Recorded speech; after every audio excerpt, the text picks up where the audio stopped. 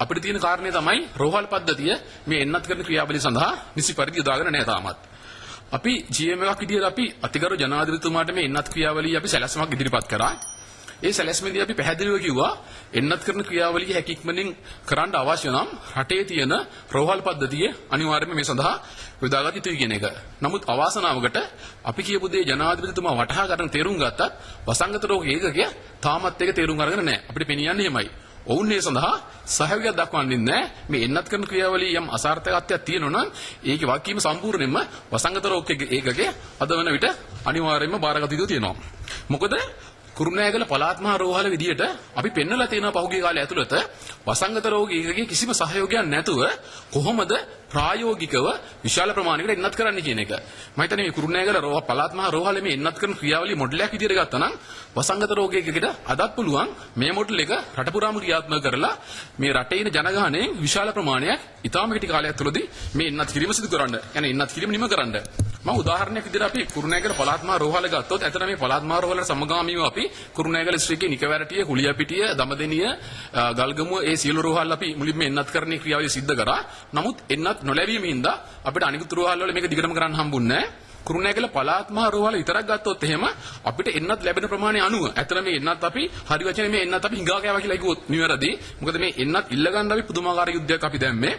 අපි දල වශයෙන් පහුගිය දින කිහිපේ ගත්තොත් එහෙම කුරුණෑගල පළාත් මහා රෝහලේ පසුගිය දින 9 පුරාවට පළවෙනි මාත්‍රාව විතරක් අපි 45000කට ආසන්න ප්‍රමාණයක් අපි දීලා තියෙනවා පළමු මාත්‍රාව. ඊළඟට ඊට පස්සේ පහුගිය දින 6 ඇතුළත දෙවිනි මාත්‍රාව අපි සාමාන්‍යයෙන් ආසන්න වශයෙන් අපි 40000ක පමණ ප්‍රමාණයක් අපි දීලා තියෙනවා. ඒකේ තවත් අපි ඒක දත්වලට ගියොත් එහෙම අවුරුදු 60ට වැඩි ප්‍රමාණයක් ගත්තොත් එහෙම ඇත්තටම අපිට දෙන්න හම්බෙලා තියෙන්නේ එන්න 35000කට ආසන්න ප්‍රමාණයක්. මේ අපි දීපු කුරුණෑගල පළාත් මහා රෝහලෙන් දීපු එන්නත් ප්‍රමාණය අවුරුදු 60ට අඩු ප්‍රමාණයක් ගත්තොත් එහෙම අපි එන්නත් 50000කට ආසන්න ප්‍රමාණයක් දීලා තිනවා. මම මේ ගැන පොඩි සඳහනක් පසුව කරන්නම්. මොකද මේක තමයි අපිට වෙලා තියෙන ප්‍රශ්නේ දැන් අවුරුදු 60ට වැඩි කට්ටිය එන්නත් ක්‍රීම අඩුවෙන් වෙලා තියෙන්නේ අවුරුදු 60ට අඩුවෙන් කට්ටිය එන්නත් ක්‍රීම වැඩියෙන් වෙලා තියෙන්නේ.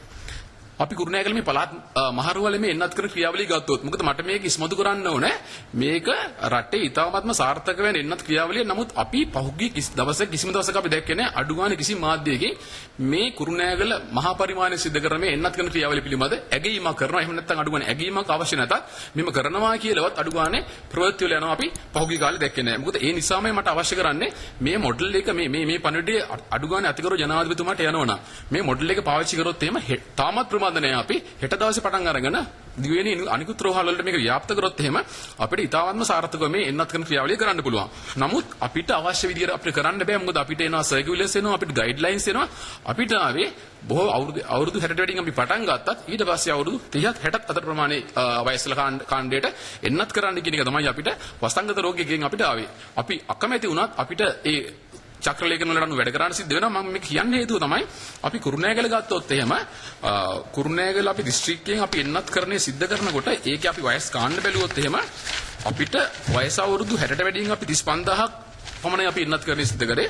වයස අවුරුදු 60ට අඩුවෙන් අපි 50000කට එන්නත් කරන්නේ සිද්ධ කරලා තියෙනවා. මේක තමයි සෝචනීය තත්ත්වය ඇත්තටම.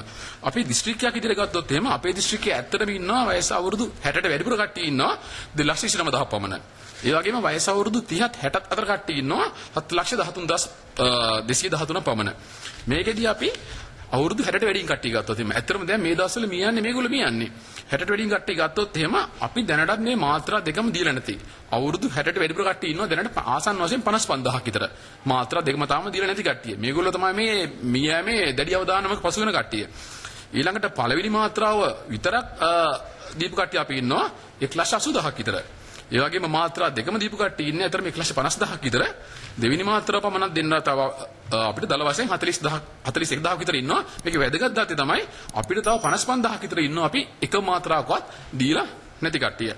අපි අවුරුදු 30 60 අතර ගත්තොත් එහෙම කුරුණෑගල ඒකේ අපි පළවෙනි මාත්‍රාව දීලා තියෙනවා 537000කට පළමු මාත්‍රාව. මේ අවුරුදු 30 60 අතර. ඒ වගේම මාත්‍රා දෙකම අපි දීලා තියෙනවා 282000ක් පමණ ප්‍රමාණයකට. මාත්‍රා දෙකම නැති කට්ටිය ඉන්නවා 176000ක්. මේකේ වැදගත් කැලල තමයි අපි අවුරුදු 30 60 අතර පළවෙනි මාත්‍රාව දීලා දෙනවා 537000කට. එතකොට නමුත් අපි අවුරුදු 60ට වැඩි 55000ක ඉන්නවා තාම අපි එක මාත්‍රාවක් දීලා නැති කට්ටිය. මේ හින්දා තමයි අපි දිගටම කිව්වේ ඉස්සෙල්ලාම අවුරුදු 30යි 60යි අතර ආවරණය කරන්න එපා. ඉස්සෙල්ලාම අවුරුදු 60ට වැඩින් ආවරණය කරන්න කියලා. අපි කියන එක එදා ඉඳලා ඇහුණනම් එහෙම වසංගත රෝගීකගේ අද වෙනකොට කුරුණෑගල දිස්ත්‍රික්කයේ අවුරුදු 60ට වැඩි සියලු දෙනාම මේ වෙද්දී එන්නත් කළා ඉවරයි.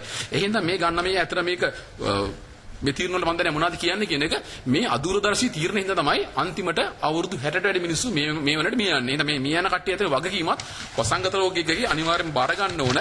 මොකද දැන් හරි ඒගොල්ලෝ අපි කියන දේ ඇහුවනම් එහෙම මොකද දැනුත් අපිට වෙලා තියෙන්නේ අපි අවුරුදු 30 60 අතර කට්ටියට අපි අර පළවෙනි මාත්‍රාව දීපු හින්දා අපිට අනිවාර්යෙන් මේගොල්ලන්ට දෙවෙනි මාත්‍රාව දී යුතු තියෙනවා. අපිට එන්නත් අඩුවෙන් එන ප්‍රමාණයත් අපිට තාමත් අවුරුදු 60ට වැඩි ප්‍රමාණයට අපිට දී ගන්න බැරි වෙලා තියෙන හේතුව තමයි අර කලින් දත්තු අනුවන තීරණ හින්දා ඒගොල්ලන්ගේ දෙවෙනි ඩෝස් එක අපිට ආපහු මේ දවස්වල දෙන්න වෙලා තියෙන හින්දා. මොනවාද මේක සම්බන්ධයෙන් අපිට තියෙන ගැටලු බැලුවොත් එහෙම. එකක් තමයි ලොකුම ගැටලුව තමයි අපිට අවශ්‍ය කරන එන්නත් ප්‍රමාණය අඩු වෙන එක.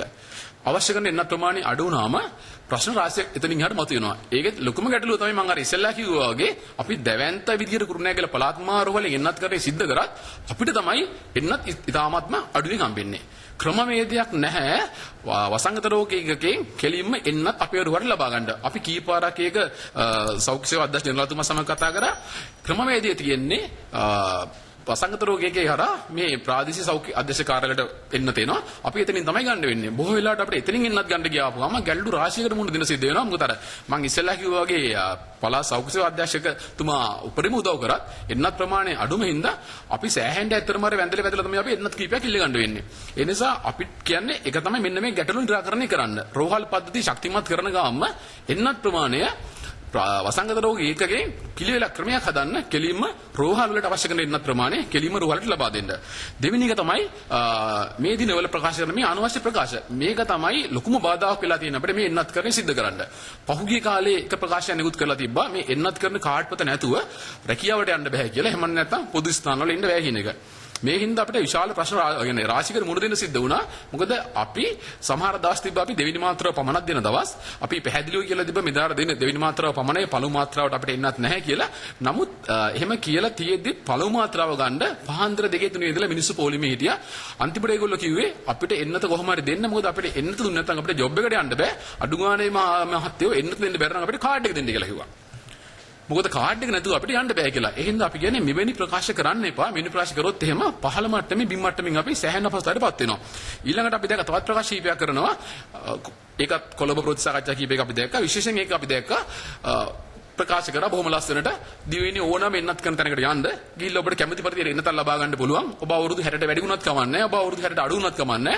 නිදහසේ ගිහිල්ලා එන්නතල් ලබා ගන්න අර කඩින් බඩුවක් ගන්නවා වගේ මේ ප්‍රකාශ කරපුවාම ගමේ ඉන්න මිනිස්සු අද ඉන්නේ මරණ බියෙන් ඉන්නේ.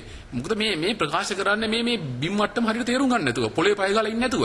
ඊට පස්සේ දැන් ප්‍රායෝගිකව දැන් අපි ගත්තොත් එහෙම අපි වගේ දැවැන්ත විදියට දැන් කුරුණෑගල පළාත් මාරු වල ගියාම මේ කුරුණෑගල දිස්ත්‍රික්කෙට මේකේ විවෘත වෙලා තියෙනවා. අපි වගේ තැනකට කුරුණෑගල දිස්ත්‍රික්කේ හැම තැනින්ම මිනිස්සු වෙනවා එන්නත් ගන්න මේ ප්‍රකාශ දැක්ගාම. ඊට පස්සේ ආවම අපිට එන්නත් 4000යි මිනිස්සු ඉන්නවා මෙතන පොලිමේ 25000 30000 විතර.